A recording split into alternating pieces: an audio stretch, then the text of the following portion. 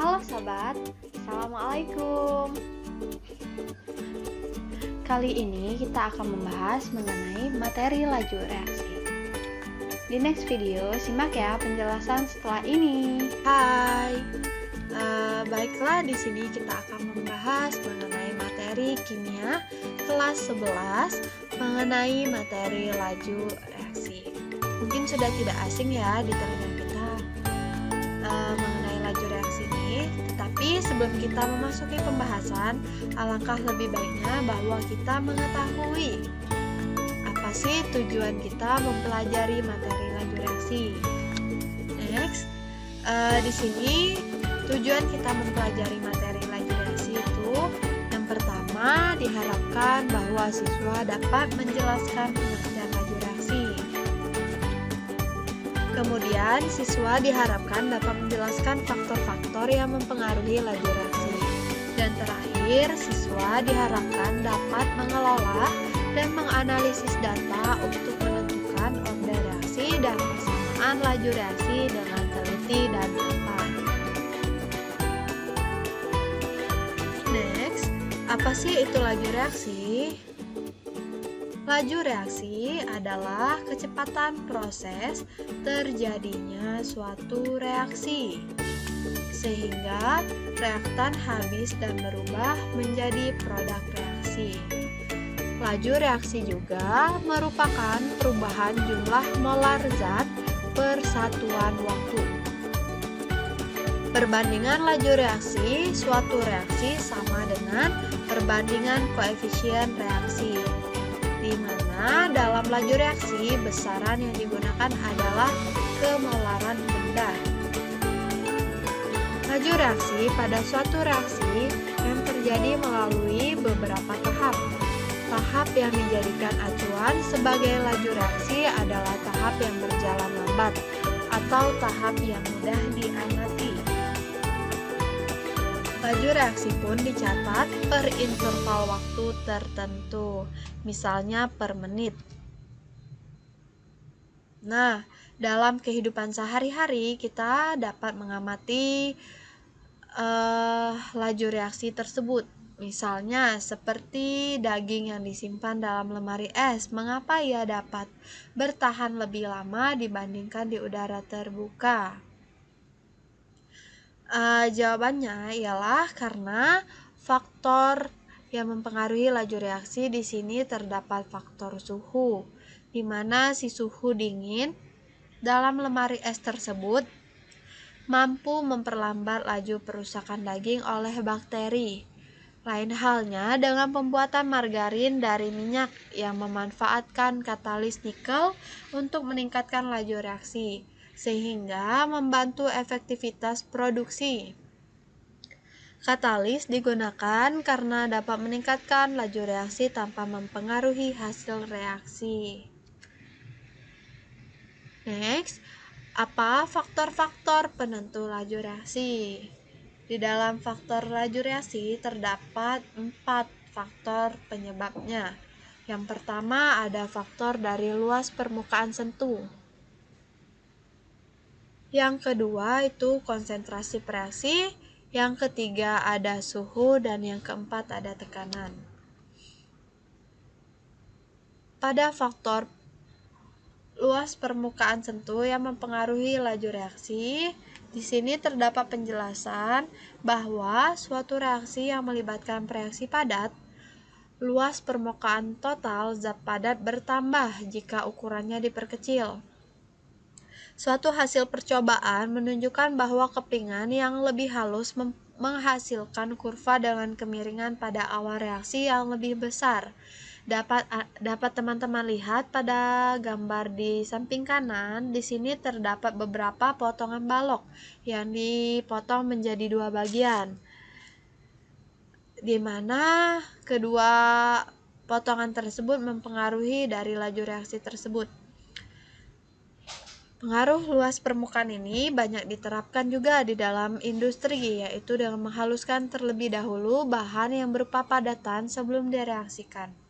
Kemudian reaksi yang terjadi pada percobaan pada slide tadi Apakah pada gambar tadi tersebut ada pengaruh laju reaksi dari luas permukaan sentuh? Jawabannya adalah iya, karena ketika balok tersebut dipotong menjadi dua, maka permukaan totalnya akan bertambah. Demikian seterusnya. Setiap kali ukurannya diperkecil, maka permukaan totalnya akan bertambah. Berdasarkan percobaan tersebut, didapatkan kesimpulan sebagai berikut. Yang pertama, kepingan yang lebih halus akan bereaksi lebih cepat. Dan yang kedua, kepingan yang lebih kasar bereaksi lebih lambat. Nah, timbul lagi kan suatu pertanyaan di sini, mengapa kepingan yang lebih halus bereaksi lebih cepat? Karena pada campuran reaksi yang heterogen, reaksi hanya terjadi pada bidang batas campuran, yang selanjutnya kita sebut dengan bidang sentuh. Oleh karena itu, semakin luas bidang sentuh, maka semakin cepat reaksi berlangsung. Semakin halus ukuran kepingan zat padat, maka semakin halus pula permukaannya. Next. Faktor kedua yang mempengaruhi laju reaksi itu adalah konsentrasi pereaksi, di mana pengaruh konsentrasi pada laju reaksi dapat dipelajari dengan mereaksikan magnesium dan HCl. Percobaan dilakukan minimal 2 kali, masing-masing dengan konsentrasi HCl yang berbeda. Sementara semua faktor lain dibuat sama, seperti volume HCl, bentuk dan massa magnesium, serta suhu. Dengan demikian, perubahan laju reaksi semata-mata karena perubahan konsentrasi HCl. Next, dari kurva tersebut dapat ditarik kesimpulan sebagai berikut. Yang pertama, kemiringan kurva A lebih besar daripada kurva B. Hal tersebut menunjukkan bahwa reaksi dalam labu A lebih cepat daripada reaksi dalam labu B. Dan kesimpulan yang kedua adalah reaksi dalam labu A selesai dalam 20 detik, sementara dalam labu B baru selesai setelah 130 detik. Kedua percobaan tersebut menghasilkan gas hidrogen dengan volume yang sama, yaitu 60 mili. Next, pada faktor ketiga ada suhu. Semakin tinggi suhu reaksi, maka semakin cepat pelarutan berlangsung. Selain mempengaruhi kecepatan pelarutan, suhu reaksi juga mempengaruhi kecepatan suatu reaksi kimia.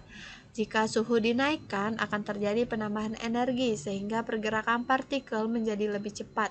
Akibatnya, semakin banyak tumbukan antar molekul bereaksi sehingga reaksi akan berlangsung lebih cepat. Next, selain itu, kenaikan suhu reaksi mengakibatkan bertambahnya energi kinetik molekul bereaksi sehingga energi kinetiknya melebihi harga energi aktivasi. Oleh karena itu, reaksi akan berlangsung lebih cepat karena kenaikan suhu berbanding terbalik dengan energi aktivasi.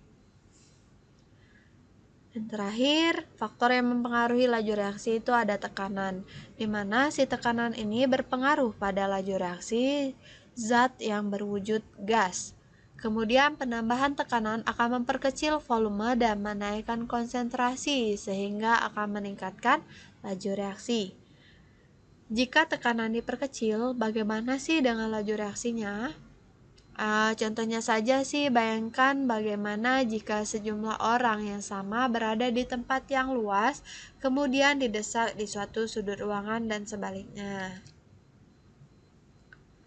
Baiklah, semangat dan tetap bekerja keras ya teman-teman. Semoga pembahasan saya tadi dapat mudah dipahami.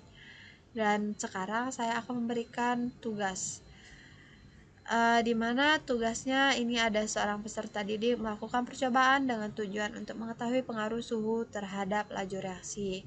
Dengan hasil percobaannya yang menunjukkan bahwa suatu reaksi akan berlangsung 2 kali lebih cepat apabila suhu dinaikkan sebesar 10 derajat.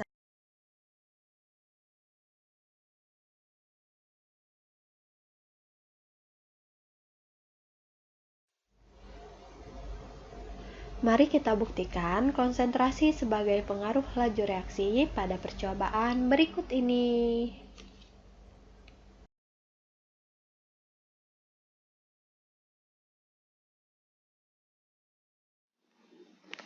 Pada kegiatan ini, kita akan mempelajari bagaimana konsentrasi mempengaruhi laju reaksi. Nah, di sini sudah disediakan ketiga tabung reaksi yang mengandung kalsium karbonat dan konsentrasi asam yang berbeda, di mana yang pertama tabung reaksi memiliki konsentrasi 1 mol, tabung kedua yaitu 1,5 mol, dan tabung ketiga 2 mol. Pertanyaannya, manakah konsentrasi asam yang akan bereaksi paling cepat? Untuk menjawab pertanyaan ini, kita perlu melakukan percobaan ini. Nah, di sini kita perlu menyeret balon hijau dan menautkan ke tabung reaksi yang kita pikir akan bereaksi tercepat. Nah, di sini saya akan menautkan balon hijau ini pada tabung reaksi memiliki konsentrasi 2 mol. Selanjutnya, tautkan balon merah ke tabung reaksi yang kita pikir akan bereaksi paling lambat. Di sini saya menautkan pada tabung reaksi memiliki konsentrasi 1 mol. Dan yang terakhir yaitu balon warna biru saya tautkan pada tabung yang memiliki konsentrasi 1,5 mol. Kemudian, kita tekan tombol pause pada di sini yaitu untuk melihat balon yang akan tertiup, yang mana lebih cepat meletus.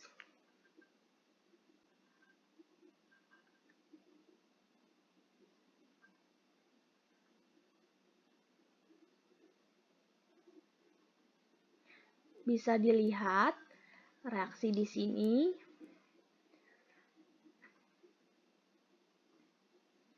Nah, yang pertama meletus adalah reaksi 2 mol. Yang kedua yaitu 1,5 mol. Dan yang terakhir adalah balon merah dengan konsentrasi 1 mol.